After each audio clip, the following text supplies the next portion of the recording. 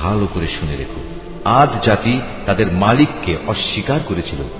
এও জেনে রেখো, ধ্বংসই ছিল হুদের জাতি আদের একমাত্র পরিণতি। আমি সামুদ জাতির কাছে তাদেরই এক ভাই সালেহকে পাঠিয়েছিলাম। সে তাদের বলল, হে আমার জাতি, তোমরা সবাই একান্তভাবে আল্লাহর ইবাদত করো। তিনি ছাড়া তোমাদের আর কোনো মাবুদ নেই। তিনি তোমাদের এ জমিন থেকেই পয়দা করেছেন এবং তাতেই তিনি তোমাদের বসবাস করিয়েছেন। অতএব কৃতজ্ঞতা স্বরূপ তোমরা তাঁর কাছে গুনাহের জন্য ক্ষমা প্রার্থনা করো। অতঃপর তওবা করে তাঁর দিকেই ফিরে এসো। অবশ্যই আমার মালিক প্রত্যেকের একান্ত নিকটবর্তী এবং প্রত্যেক ব্যক্তির ডাকে তিনি জবাব দেন। তারা বলল, হে সালেহ, এর আগে তুমি এমন একজন মানুষ ছিলে যার ব্যাপারে আমাদের মধ্যে অনেক বড় বড় আশা করা হতো। আর এখন কি তুমি আমাদের সেসব মাবুদের ইবাদত থেকে বিরত রাখতে চাও যাদের ইবাদত আমাদের পিতামাতারা যুগ যুগ থেকে করে আসছে? আসলে তুমি যে দিনের দিকে আমাদের ডাকছ সে ব্যাপারে আমরা সন্দেহে নিমজ্জিত আছি। এ ব্যাপারে আমরা খুব দ্বিধাগ্রস্তও বটে। সে বলল, হে আমার জাতি, তোমরা কি এ বিষয়টা নিয়ে একটু চিন্তা করে দেখোনি যে যদি আমি আমার মালিকের পক্ষ থেকে একটি সুস্পষ্ট দলিলের উপর প্রতিষ্ঠিত থাকি এবং তিনি যদি আমাকে তার অনুগ্রহ দিয়ে ধন্য করে থাকেন, তা সত্ত্বেও যদি আমি কোনো গুনাহ করে বসি, তাহলে কে এমন আছে যে আল্লাহর মোকাবেলায় আমাকে সাহায্য করবে? আসলে অন্যায় আবদার করে তোমরা আমার ক্ষতির পরিমাণই শুধু বৃদ্ধি করছ। হে আমার সম্প্রদায়, এ হচ্ছে আল্লাহ তাআলার পাঠানো উটনী। তোমরা যে নিদর্শন চাচ্ছিলে, এটা হচ্ছে তোমাদের জন্য সেই নিদর্শন। অতএব আল্লাহর এই নিদর্শনকে ছেড়ে দাও।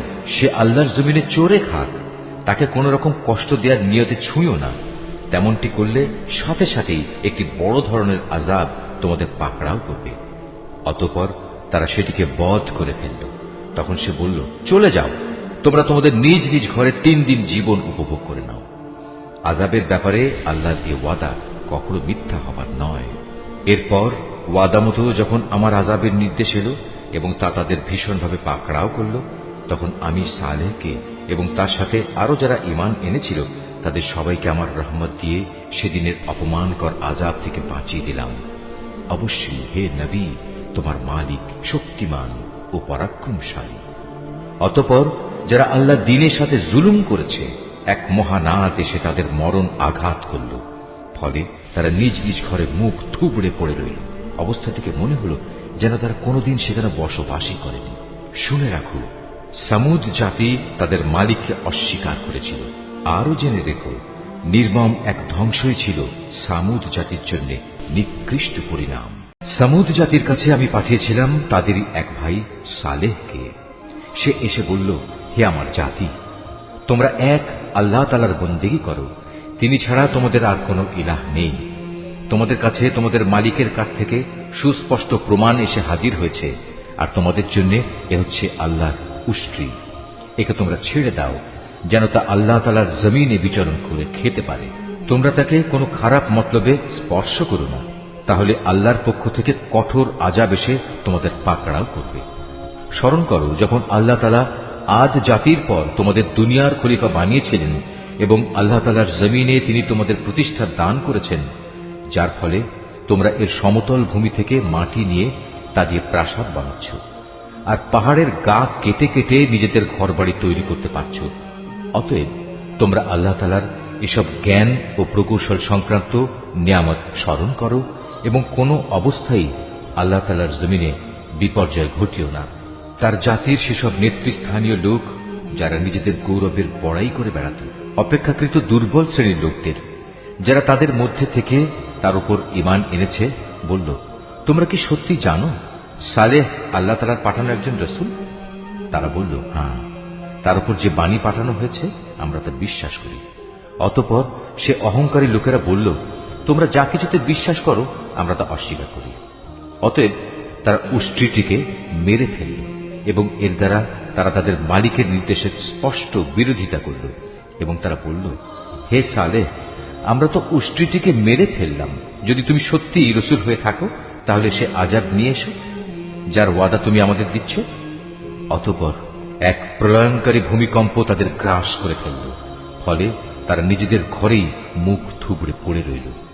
অতঃপর সে তাদের কাছ থেকে অন্যদিকে চলে গেল এবং সে নিজের জাতিকে বলল, আমি আমার মালিকের সতর্কবাণী তোমাদের কাছে পৌঁছে দিয়েছিলাম এবং তোমাদের জন্য কল্যাণও কামনা করেছিলাম, কিন্তু তোমরা তো কোনো কল্যাণকামীদের পছন্দই করো না। এভাবে সামুদ জাতীয় তাদের রসুলদের মিথ্যা প্রতিপন্ন করেছিল। যখন তাদেরই এক ভাই সালেহ তাদের বলেছিল, তোমাদের এ কি হলো, তোমরা কি আল্লাহ তাআলাকে ভয় করবে না? নিঃসন্দেহে আমি তোমাদের জন্য একজন বিশ্বস্ত রসুল, অতএব তোমরা আল্লাহ তাআলাকে ভয় করো এবং আমার আনুগত্য করো। আমি তো তোমাদের কাছে এই কাজের জন্য কোন রকম পারিশ্রমিক দাবি করছি না যে এ ভয়ে তোমরা আমাকে অমান্য করবে। আমার যা কিছু পারিশ্রমিক তা তো সৃষ্টিকুলের মালিক আল্লাহর কাছে মজুদ রয়েছে। তোমরা কি ধরেই নিয়েছ এ দুনিয়ার মাঝে যা কিছু ভোগের উপকরণ রয়েছে তার মধ্যে নিরাপদে বাস করার জন্য তোমাদের এমনি ছেড়ে দেয়া হবে? নিরাপদ থাকবে তোমরা এ উদ্যানমালা ও এ ঝর্ণাধারার মধ্যে? শস্য ক্ষেত্র, এ নাজুক ও ঘন গোছা বিশিষ্ট খেজুর বাগিচার মধ্যেও কি তোমরা সত্যি নিরাপদ থাকতে পারবে? তোমরা যে নিপুণ শিল্প দ্বারা পাহাড় কেটে রংচং করে বাড়ি বানাও, তাতে কি তোমরা চিরদিন থাকতে পারবে?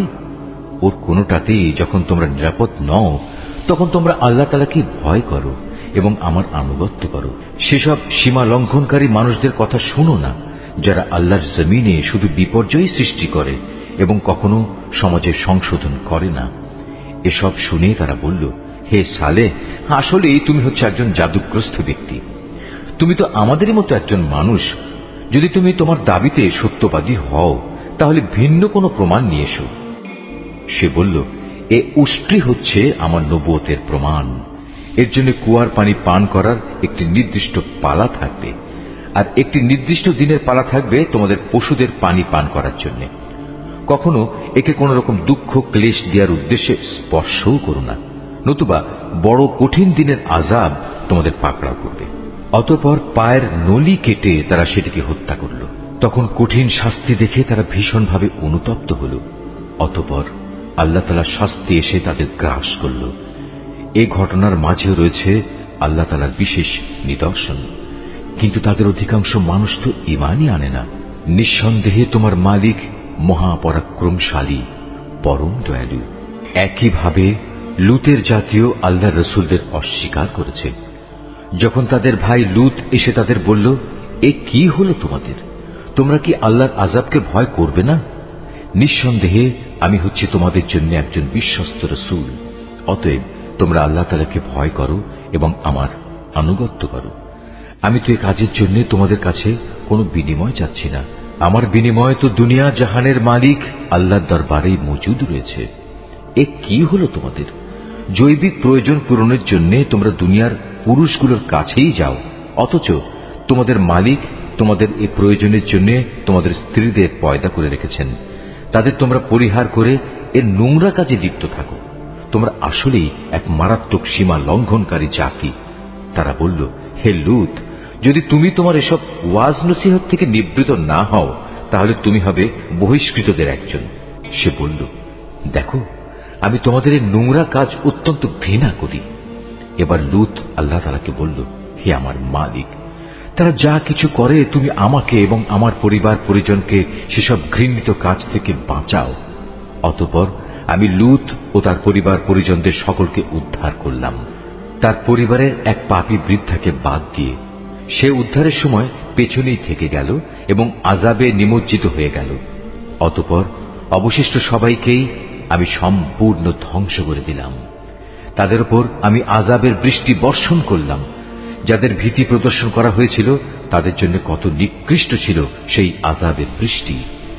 এই ঘটনার মাঝেও রয়েছে শিক্ষণীয় নিদর্শন, কিন্তু তাদের অধিকাংশই ঈমান আনে না।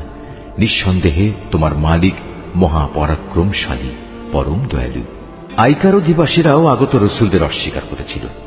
যখন শোয়েব তাদের বলেছিল, হে আমার জাতি, তোমরা কি আল্লাহ তাআলাকে ভয় করবে না?